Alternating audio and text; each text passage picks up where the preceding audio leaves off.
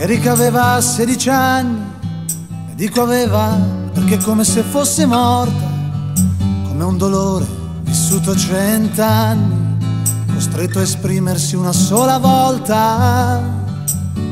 Erika aveva occhi grandi e dentro sguardi che non ti fanno vedere, alla TV, su quei giornali importanti, dove si inventano anche le storie vere.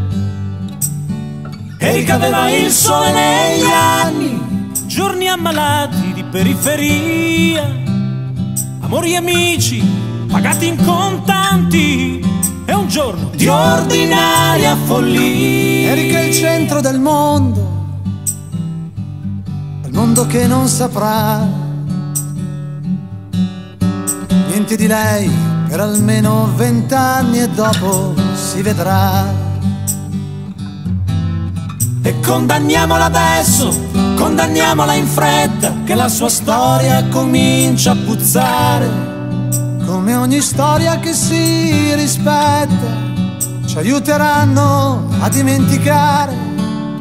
E condanniamola adesso, condanniamola e poi preti e profeti la sapranno curare, per riportarla tra la gente bugiarda che non ha voglia di stare male.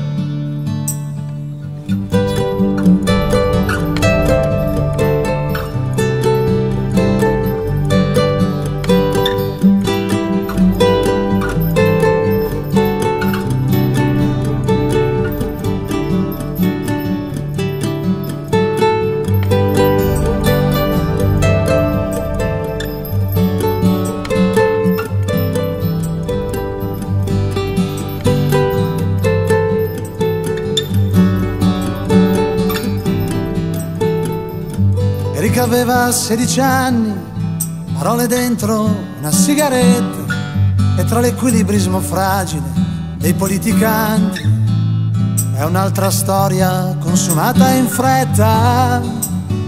Erika l'avessi fatto a 20 anni, in qualche posto là in America, dove ti curano deviazioni da affanni, col culo su una sedia elettrica.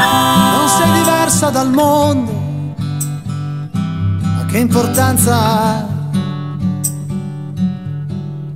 Quello che arriva sarà un lungo inverno e dopo si vedrà.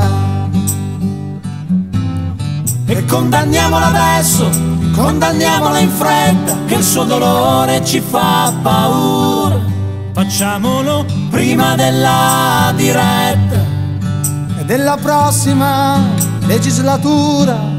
Vorrei capire i tuoi occhi, se menti o se giochi. Vorrei incontrarti a cena stasera, per regalarti un bacio e una carezza, e poi 20 anni di galera, che tra 20 anni avrai già un'altra faccia, che tra 20 anni